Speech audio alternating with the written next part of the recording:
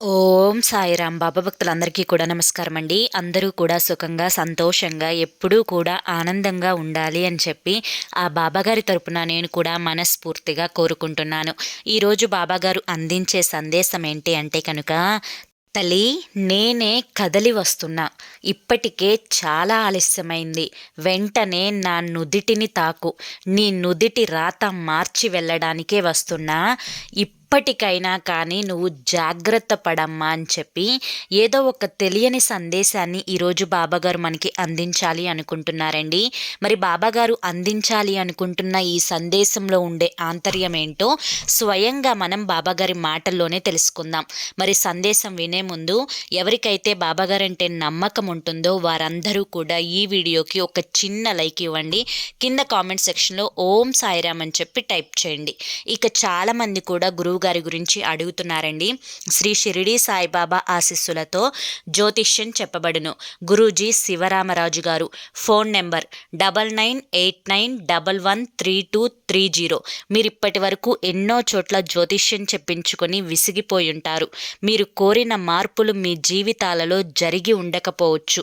మీ యొక్క సమస్యలు ఏవైనా కానీ ఆ సమస్యలకు తగిన పూజలు చేసి గురువుగారు పరిష్కారాన్ని చూపిస్తారండి. ప్రేమ, పెళ్లి, ఉద్యోగం, రాజకీయం, సంతానం లేక ఇబ్బంది పడుతున్న భార్యాభర్తల మధ్య గొడవలున్న, అప్పుల సమస్యలున్న, ఇలా ఎటువంటి సమస్యలకైనా కానీ గురువుగారు పూజల ద్వారా పరిష్కారాన్ని చూపిస్తారు. గురువుగారు చెప్పింది చెప్పినట్లు 100% జరుగుతుంది. నమ్మకంతో కాంటాక్ట్ అవ్వండి. మీ సమస్యలన్నీ తీర్చుకొని ఆనందంగా జీవితంలో ముందడుగు వేయండి.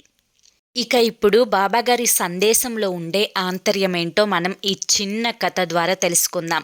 ఒక ఊరిలో ఒక పెళ్ళైన స్త్రీ ఉంది. ఆ స్త్రీకి తన భర్తకి ఇద్దరి మధ్య కూడా తరచూ గొడవలు అనేవి జరుగుతూ ఉంటాయన్నమాట. భర్త తన తాగుడుకి ఇంకా ఇతర చెడు వ్యసనాలకు బానిసయ్యి భార్యను ప్రతిరోజు కూడా హింసిస్తూ, ఆ భార్యను ఒక టార్చర్ లాగా పెడుతూ, ఆవిడ్ని చితక బాదుతూ ప్రతిరోజు కూడా తన యొక్క ఇదితోటి ఆవిడ్ని హింసిస్తూ ఉండేవాడనమాట. అయితే ఇక భార్య ఎలాగైనా కానీ ఇటువంటి రాక్షసుడితో కలిసి ఉండడం నా వల్ల కాదు అని చెప్పి నిర్ణయించుకొని తనని వదిలిపెట్టి వేరుగా ఇల్లు తీసుకొని, అంటే మళ్ళీ తల్లిదండ్రులకు దగ్గరికి వెళ్తే వారికి కూడా భారం అయిపోతానేమోనని చెప్పి తన మనసులో అనుకొని తను విడిగా ఒక ఇల్లు తీసుకొని తను కాయా కష్టం చేసుకుంటూ బ్రతుకుదామని నిర్ణయించుకుంటుంది. అయితే ఇక అనుకున్న ప్రకారమే భర్త నుంచి విడిపోయి వేరుగా ఇల్లు తీసుకుంటుందన్నమాట. కానీ అప్పటికే తను 3 నెలల గర్భవతి. ఇక కొన్ని రోజులు అనేది తను ఒంటరిగా జీవించడం మొదలు పెడుతుంది. అప్పటి వరకు భర్తతో ఉన్నప్పుడు లోకం అనేది తనని ఒకలాగా చూసింది. భర్తను వదిలిపెట్టిన తరువాత భర్తదే ఎంత తప్పైనా కానీ అందరూ కూడా భర్తను వదిలేసి వచ్చిన ఆడది అని చెప్పి చులకనగా తనకి లెక్క అనేది, విలువ అనేది ఇవ్వకుండా సమాజం టార్చర్ చేయడం అనేది మొదలుపెట్టింది. ఇదంతా కూడా ఆ అమ్మాయి తట్టుకోలేక మానసికంగా చాలా కృంగిపోయి ఒకరోజు ఒక నిర్ణయం తీసుకుంటుంది, తను చనిపోవాలని. అయితే కడుపులో ఉన్న బిడ్డ కోసమైనా కానీ తను బ్రతకాలి అని చెప్పి తన బాధలన్నింటినీ కూడా దిగమింగుకొని గర్భవతి అయినా కూడా తను కాయా కష్టం చేసుకుంటూ ఎవరి మాటలని లెక్క చేయకుండా తను బ్రతకడం అయితే మొదలుపెట్టిందనమాట. కొన్నాళ్ళకి తనకి పండంటి మగబిడ్డ జన్మిస్తాడు. అయితే ఆ బిడ్డను చాలా అల్లారు ముద్దుగా తనకి ఉన్నంతలోనే ఆ బిడ్డకు ఎటువంటి కష్టం లేకుండా చక్కగా సాకుతూ వస్తుందన్నమాట. ఇలా చూస్తూ ఉండంగానే బిడ్డకి 8 సంవత్సరాలైతే వస్తాయి. ఒకరోజు ఆ బాబు తన తోటి స్నేహితులతోటి ఆడుకోవటానికి బయటికి వెళ్తాడు. అయితే తన తోటి స్నేహితులు పండుగ వచ్చిందని చెప్పి కొత్త బట్టలు వేసుకోవడం, మిఠాయిలు తినడం ఇవన్నీ కూడా అతనికి చూపించి ఆ బాబుతోటి ఏమంటారు అంటే, అరే మీకు మీ నాన్న లేడు కదా, అందుకని చెప్పి మాకులాగా మీకు కొత్త బట్టలు ఎవరు కొంటారు, మీ అమ్మ అందరిళ్లల్లో పాచి పని చేసుకుంటూ బతుకుతుంది, బ్రతికితే మాలాగా బ్రతకాలి అని చెప్పి ఆ బాబును కూడా ఆ తోటి స్నేహితులు అనేవారు ఎక్కిరిస్తూ ఉంటారనమాట. అయితే ఇక అదంతా కూడా ఇంటికి వచ్చి వాళ్ళ అమ్మకి చెప్తాడు. అప్పటికే మానసికంగా దెబ్బతిన్న వాళ్ళ అమ్మకి ఈ బాబు చెప్తుంటే కళ్ళల్లో నుంచి నీళ్ళు వచ్చేస్తాయన్నమాట. ఎందుకంటే ఏ తల్లైనా కానీ తన బిడ్డ బాధపడుతూ ఉంటే చూడలేదు కదా. అదేవిధంగా తన బాబు నోట్లో నుంచి అమ్మా మనకి నాన్న ఎందుకు వదిలిపెట్టి వెళ్ళిపోయాడు, నాకు కొత్త బట్టలు ఎవరు తీసుకురారమ్మా, ఎప్పుడన్నా ఒక్కసారి మాత్రమే నువ్వు కొనిపిస్తావు అని చెప్పి తనకి తెలిసి తెలియని అమాయకపు వయస్సులో తను వేసే ప్రశ్నలకి సమాధానం చెప్పలేక కళ్ళలో నీళ్లు కళ్ళలో కుక్కుకొని ఏమని సమాధానం ఇస్తుందంటే తన కొడుక్కి, అయ్యా కొందరి జీవితాలు ఇంతే, అందరికీ కూడా భగవంతుడు అదృష్టాన్ని ఇవ్వడు కదా, మనకి ఉన్న దురదృష్టమే మనల్ని ఇలా పట్టి పీడిస్తుంది. మనం ఏం పాపం చేశామో ఏమో ఈ జన్మలో ఈ కష్టాలని అనుభవిస్తున్నాము. ఈ కష్టాలన్నీ తీరాలి అంటే భగవంతుడు దిగి రావాల్సిందే అని చెప్పి అంటుందన్నమాట. తను ఏదో మాట వరుసగా అన్న మాటని కొడుకు పట్టుకుంటాడు. అమ్మ భగవంతుడు దిగి రావడం అలా ఉంచు, నేనే ఆ భగవంతుడి దగ్గరికి వెళ్ళి మనకెందుకు ఇటువంటి పరిస్థితిని కలిగించావు అని చెప్పి అడుగుతాను అని చెప్పి అంటాడు. ఇక తను అలా అంటే భగవంతుడు అన్ని చోట్ల ఉంటాడయ్యా అని చెప్పి చెప్తుందనమాట. ఇక అన్ని చోట్ల ఎక్కడుంటాడా అని చెప్పి ఒక రోజల్లా కూడా తను ఇంట్లో ఆ మూలన ఈ మూలన తన ఊర్లో అలా వెతుకుతూ ఉంటాడు. ఎక్కడా కూడా తనకి భగవంతుడు కనిపించాడనమాట. రెండవ రోజు మళ్ళీ అమ్మ దగ్గరికి వచ్చి, అమ్మ భగవంతుడు అన్ని చోట్ల ఉంటాడు అని చెప్పావు కదా, అది అబద్ధం, నాకు ఎక్కడా కూడా భగవంతుడు కనిపించలేదు, కనుక భగవంతుడు ఎక్కడున్నాడో చెప్తే నేనే వెళ్ళి అడుగుతానమ్మా అని చెప్పి అంటాడు. అప్పుడు ఆ బాబు దగ్గర నుంచి ఎలాగైనా కానీ ఈ మాట రాకుండా తప్పించుకుందామనుకున్న అమ్మ భగవంతుడు దట్టమైన అడవులలో ఉంటాడయ్యా అని చెప్పి చెప్తుందనమాట. ఇక సరే రెండవ రోజు ఎవ్వరికీ చెప్పకుండా ఆ బాబు అడవుల్లోకి వెళ్తాడు. అడవుల్లోకి వెళ్ళి ఆ దట్టమైన అరణ్యంలో దేవుడా దేవుడా అని చెప్పి కేకలు పెడుతూ వెతుకుతాడనమాట. ఇక సాయంత్రం చీకటి పడేంత వరకు వెతుకుతాడు. బాబు చాలా అలసిపోతాడు. అలసిపోయి మసకలు కమ్ముతున్న సమయంలో కళ్ళు తిరిగి ఆ అడవిలోనే పడిపోతాడు. అప్పుడు దేశ సంచారానికి లోక సంచారానికి తిరుగుతున్న విష్ణుమూర్తి లక్ష్మీదేవి ఇద్దరూ కూడా ఆ బాబుని చూస్తారు. వారిద్దరూ కూడా మారు వేషంలో అసలు ఇక్కడ ఈ బాబు ఈ దట్టమైన అరణ్యంలో ఈ సమయంలో ఎందుకు ఉన్నాడా అని చెప్పి గబగబా బాబు దగ్గరికి అమ్మవారు పరిగెత్తుకొని వెళ్తారనమాట. వెళ్ళి ఆ బాబుని లేపి, బాబు ఎందుకు ఈ దట్టమైన అరణ్యంలో ఈ చీకటి సమయంలోకి ఇక్కడికి వచ్చావు, ఇక్కడ చాలా క్రూర జంతువులు ఉంటాయి, ఏదన్నా నీకు అపాయం చేస్తే ఎలా చెప్పు, మీ ఇల్లు ఎక్కడో చెప్పు, మీ ఇంటి దగ్గర మేము దింపేస్తాము అని చెప్పి విష్ణుమూర్తి లక్ష్మీదేవి అంటారనమాట. అంటే ఆ బాబు చెప్తాడు, అమ్మా నేను భగవంతుని దర్శనం కోసం వెతుకుతూ ఉన్నాను, అసలు భగవంతుడు ఎక్కడుంటాడో తెలియక వెతికి వెతికి నీరసం వచ్చి పడిపోయాను అని చెప్పి చెప్తాడు. అప్పుడు అమ్మవారు అడుగుతుంది, నీకెందుకమ్మా భగవంతుడితోటి అంటే, మేము చాలా పేదరికంలో ఉన్నాము, మా అమ్మ చాలా కష్టాలు పడి నన్ను పెంచింది, నాకు తండ్రి కూడా లేడు, మాకు తినడానికి ఒక పూట తిండి ఉంటే రెండవ పూట తిండి ఉండదు, నా స్నేహితులందరూ కూడా చక్కగా కొత్త కొత్త బట్టలు వేసుకుని తిరుగుతూ ఉన్నారు, నాకేమో పాత చినిగిన బట్టలతోటే నా ఇది అంతా అంటే నా చిన్నతనం అంతా కూడా అయిపోయేలా ఉంది, కనుక మా యొక్క బాధలన్నింటినీ కూడా దేవుడికి చెప్పి మా కష్టాలన్నింటినీ కూడా తీర్చేయమని అడుగుతాను అని చెప్పి అంటుందన్నమాట. అప్పుడు అమ్మవారు విష్ణుమూర్తి కళ్ళే చూసి, స్వామి ఈ అమాయకుడైన పసిబాలుడికి ఎందుకు ఇన్ని కష్టాలు, ఎలాగైనా కానీ ఆ బాబు కష్టాలని తీర్చండి స్వామి అని చెప్పి అడుగుతుంది. అప్పుడు ఆ బాబు మీద జాలితోటి అంటే తన యొక్క నుదుటి రాత కళ్ళే చూస్తాడు విష్ణుమూర్తి. తన యొక్క నుదిటి రాతలో తన జీవితాంతం కూడా కష్టాలు బాధలు తప్ప ఎటువంటి సుఖం లేదు అని చెప్పి రాసి పెట్టి ఉంటుందన్నమాట. అప్పుడు అలా రాసిపెట్టి ఉంది అని చెప్పి అమ్మవారితో చెప్పగా, స్వామి మీరే అలా అంటారేంటి, నుదుటి రాతను మార్చే శక్తి మీకు లేదా అని చెప్పి అంటే, మనం ఏం చేసినా కూడా ఎంతటి అదృష్టాన్ని ప్రసాదించినా కూడా ఆ అదృష్టం అనేది ఇటువంటి రాత రాసి ఉన్న వారి దగ్గరికి వెళ్తే మాయమైపోతుంది.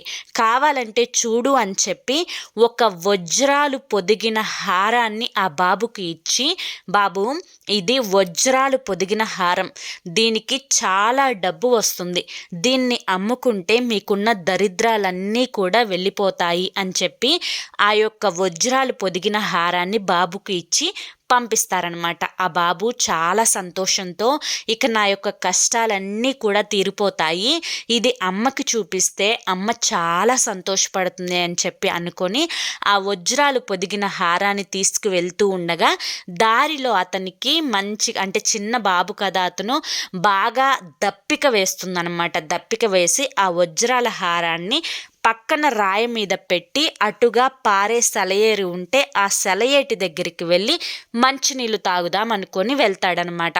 అతను మంచినీళ్ళు తాగి మళ్ళీ తిరిగి గట్టు దగ్గరికి వచ్చేసరికి అక్కడున్న వజ్రాల హారాన్ని ఒక గ్రద్ద ఆకాశంలోకి ఎగరేసుకొని వెళ్ళిపోతుంది. ఇక ఆ యొక్క గ్రద్ద ఎగరేసుకుపోవడం చూసి చాలాసేపు ఆ గ్రద్దను వెంబడిస్తాడు. ఇక తను ఎంత ప్రయత్నించినా అది దొరకదు అని చెప్పి నిర్ణయించుకొని మళ్ళీ లక్ష్మీదేవి విష్ణుమూర్తి దగ్గరికి వెళ్ళి జరిగిందంతా కూడా చెప్తారనమాట. అయ్యా, మేము చేయాల్సింది మేము చేశాము, దాన్ని నువ్వు నిలబెట్టుకోలేకపోయావు, అది నీ తప్పు. ఇక మేం కూడా నీ విషయంలో ఏమీ చేయలేము, ఇక నీ యొక్క రాతని మార్చే శక్తి ఆ బ్రహ్మదేవుడికే ఉంది అని చెప్పి తనకి బ్రహ్మదేవుడిని చూసే వరాన్ని ప్రసాదించి బ్రహ్మదేవుడు ఉన్న దారిని చూపించి అక్కడికి వెళ్ళి తన సమస్య తీర్చుకోమని చెప్తాడనమాట. అప్పుడు ఆ బాబు ఆ బ్రహ్మదేవుడు ఉన్న వైపుగా వెళ్తే అక్కడ బ్రహ్మదేవుడు కనిపిస్తాడు. బ్రహ్మదేవుడికి జరిగినదంతా కూడా చెప్తాడు. అంతేకాకుండా విష్ణుమూర్తి నుంచి కూడా బ్రహ్మదేవుడికి ఆదేశం వస్తుంది ఆ బాబు యొక్క కష్టాన్ని తీర్చమని. అప్పుడు బ్రహ్మదేవుడు తన యొక్క అంటే తన వంతు సహాయంగా అతని చేతికి ఉన్న ఒక పెద్ద వజ్రాన్ని పొదిగిన ఉంగరాన్ని తీసి ఆ బాబుకి ఇస్తాడు. బాబు, ఈ యొక్క ఉంగరాన్ని అమ్ముకుంటే నీకు చాలా ధనం వస్తుంది, వెళ్ళి మీరు చక్కగా స్థిరపడండి అని చెప్పి చెప్తాడనమాట. ఇంకప్పుడు ఆ బాబా ఉంగరాన్ని తీసుకొని వెళ్తూ ఉంటాడనమాట. వెళ్ళే దారిలో ఒక పెద్ద నది అనేది వస్తుందన్నమాట. ఆ నది అసలు ఎలా ఉంది, ఆ పైనుంచి నీళ్లు ఎలా పడుతున్నాయి, చూడటానికి చాలా అందంగా ఉంది అని చెప్పి అనుకుంటూ ఆ నది వైపుకు వెళ్తాడు. వెంటనే చేయి జారిపోయి ఆ ఉంగరం అనేది నదిలో పడిపోతుందన్నమాట. ఇక ఈ విధంగా నదిలో పడిపోయిన ఆ ఉంగరాన్ని తీసుకోలేక మళ్ళీ తిరిగి ఆ భగవంతుడి దగ్గరికి వెళ్ళడానికి చాలా పొద్దుపోతుంది రెండవ రోజు. ఇక తిరిగి ఇంటికి వెళ్ళిపోతాడు. ఇంటికి వెళ్ళిపోయి జరిగిందంతా కూడా అమ్మకి చెప్తాడనమాట. అమ్మకి చెప్పిన తర్వాత అమ్మ ఇదేది కూడా నమ్మదు. ఏంటి బాబు, ఏదన్నా కల కన్నావా, లేకపోతే ఏదన్నా నీకేమన్నా పిచ్చి పట్టిందా, ఏం మాట్లాడుతున్నావు అని చెప్పి గదివి ఆ బాబుకి ఒక ముద్ద అన్నం పెట్టి పడుకోబెడుతుంది. మళ్ళీ రెండవ రోజు లెగిసి అడవిలోకి వస్తాడనమాట. అడవిలోకి వచ్చి ఈసారి బ్రహ్మదేవుడి దగ్గరికి వెళ్తాడు. సరాసరి మీరిచ్చిన ఆ ఉంగరం ఏదైతే ఉందో ఆ ఉంగరం అనేది నదిలో పడిపోయింది పొరపాటున, నా యొక్క జాతకాన్ని మార్చండి, మాకు ఈ దరిద్రం వెళ్ళిపోయేలా చూడండి అని చెప్పి ఆ బ్రహ్మదేవుడిని మళ్ళీ అడుగుతాడనమాట. అప్పుడు బ్రహ్మదేవుడు ఏం చెప్తాడు అంటే, అయ్యా, నేను చేయాల్సింది నేను చేశాను, విష్ణుమూర్తి చేయాల్సింది విష్ణుమూర్తి చేశాడు, ఇక మా చేతుల్లో ఏమీ లేదు, ఇక నీ యొక్క కర్మని పోగొట్టే శక్తి అనేది ఆ యొక్క మహాశివునికి మాత్రమే ఉంది అని చెప్పి చెప్తాడనమాట. అప్పుడు ఆ బాబా అడుగుతాడు, ఏం చేయమంటారు అని చెప్పి.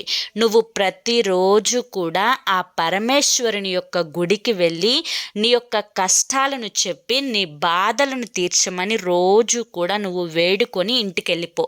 ప్రతిరోజు కూడా ఆ యొక్క మహాదేవుని గుడికి నువ్వు ఖచ్చితంగా వెళ్తే నీ జాతకం అనేది మారుతుంది అని చెప్పి ఆ బాబుకి చెప్పి పంపిస్తాడు. ఇక చేసేదేమీ లేక ఆ బాబు ఇంటికి తిరిగి వెళ్ళిపోయి రెండవ రోజు నుంచి ఆ మహాదేవుని అంటే ఆ మహాశివుని గుడికి ప్రతిరోజు వెళ్ళి తన యొక్క కష్టాలన్నీ చెప్పుకొని ఏమి చేయలేక తను పోగొట్టుకున్న ఆ హారాన్ని ఉంగరాన్ని గుర్తు చేసుకొని బాధపడుతూ ఇంటికి వెళ్ళిపోతాడనమాట. ఇలా కొన్ని రోజులు గడిచిన తర్వాత మహాశివుడు ఆ బాబుని గమనిస్తాడు. ఇంత చిన్న బాబు రోజు నా దర్శనానికి వస్తున్నాడు, కానీ బాధగా తిరిగి వెళ్తున్నాడు. అసలు తన యొక్క కష్టం ఏంటో నేను తీర్చాలి అని చెప్పి అనుకొని ఆ యొక్క బ్రహ్మదేవుడితోటి విష్ణుమూర్తితోటి మాట్లాడతాడనమాట. మాట్లాడి జరిగిందంతా కూడా తెలుసుకుంటాడు. సరే, ఇక తన యొక్క కష్టాన్ని తీర్చే పూర్తి బాధ్యత, తన యొక్క జాతకాన్ని తిరగరాసే శక్తి అనేది పూర్తిగా మీ మీదే ఉంది స్వామి, అంతటి శక్తి అనేది మీ ఒక్కరి వల్లే సాధ్యమవుతుంది అని చెప్పి ఆ బ్రహ్మదేవుడు మహావిష్ణువు చెప్పగా తన యొక్క జాతకంలో ఉండే ఆ యొక్క బాధలు పడే తత్వం, కష్టాలు పడే తత్వం, తనకి ఉన్న బాధలు, కష్టాలు, దుఃఖాలు, లేనితనం వీటన్నింటినీ కూడా తీసివేసి తనకి అదృష్టపు రేఖను రాస్తాడు ఆ మహాదేవుడు. ఇక తర్వాత ఆ యొక్క ఆ రేఖ ఎప్పుడైతే, ఆ రాత ఎప్పుడైతే మారుతుందో, ఆ రాత మార్చిన దగ్గర నుంచి వాళ్ళ అమ్మ ఒకరోజు చెరువుకు వెళ్తుందనమాట. చెరువుకు వెళ్ళి చేపలు పట్టుకొని వచ్చి చేపల కూర వండుకొని తిందాము అని చెప్పి అనుకుంటుంది. అలా చేపలు పట్టుకువచ్చిన తర్వాత వాళ్ళ అమ్మకి చేపలని ముక్కలుగా కోస్తున్నప్పుడు చేప పొట్టలో ఆ యొక్క వజ్రాలు, అంటే ఆ వజ్రం పొదిగిన ఆ ఉంగరం అనేది ఉంటుందన్నమాట. అప్పుడు ఈ ఉంగరం ఏంటి చేపలో నుంచి వచ్చింది అని చెప్పి బాబుతోటి చెప్తుంది. అమ్మా, నేను చెప్తే నువ్వు నమ్మలేదు, నన్ను కళ అన్నావు కదా అమ్మా, ఈ ఉంగరమే నాకు ఆ రోజు బ్రహ్మదేవుడిచ్చాడు అని చెప్పి చెప్తుందనమాట. ఇక ఆ ఉంగరాన్ని వాళ్ళు అమ్ముకొని ఒక మంచి వ్యాపారం మొదలు పెడదాము అని చెప్పి అనుకుంటారు. అలా వ్యాపారం మొదలు పెట్టుకొని మంచిగా వాళ్ళు స్థిరపడుతున్న సమయంలో వాళ్ళ ఇంటి ముందు ఉన్న మామిడి చెట్లో ఒక గూడు కనిపిస్తుంది. ఆ గూటిలో పిల్లలు అరుస్తూ ఉంటాయి, కానీ వాళ్ళమ్మ సాయంత్రం అయినా కూడా తిరిగి రాదు. అసలు ఆ గూటిలో ఏముందా అని చెప్పి అనుకొని గూటిని తీసి చూడగా ఆ గూటిలో పిల్లల దగ్గర వజ్రాల హారం అనేది ఉంటుంది. అంటే ఆ గ్రద్ద అనేది ఎక్కడో వదిలిపెట్టగా వేరే పక్షి ఆ యొక్క వజ్రాల హారాన్ని తీసుకొని ఈ గూటిలో పడేసింది. అది అదృష్టం ఉండబట్టి దొరికిందనమాట. ఇక ఆ వజ్రాల హారాన్ని కూడా తీసుకొని దాన్ని కూడా సొమ్ము చేసుకొని వాళ్ళు చక్కగా సంతోషంగా ఆనందంగా గడపటం మొదలుపెట్టారు. వాళ్ళకున్న బాధలు, కష్టాలు అన్నీ కూడా పూర్తిగా పోయాయి. అంటే తల్లి, ఈ కథ ద్వారా నేను చెప్పాలి అనుకుంటున్న నీతి ఏంటి అంటే కనుక, బిడ్డ, ఎంతటి కష్టం ఉన్నా కానీ నీ నుదిటి రాతలో, నీ యొక్క జాతకంలో ఎన్ని కర్మలు నువ్వు అనుభవించాలి అని చెప్పి రాసి ఉన్నా కానీ ఆ కర్మలన్నింటినీ కూడా దూరం చేసే శక్తి అనేది కేవలం ఆ యొక్క మహాదేవునికి, అంటే ఆ యొక్క పరమేశ్వరునికి మాత్రమే ఉంది.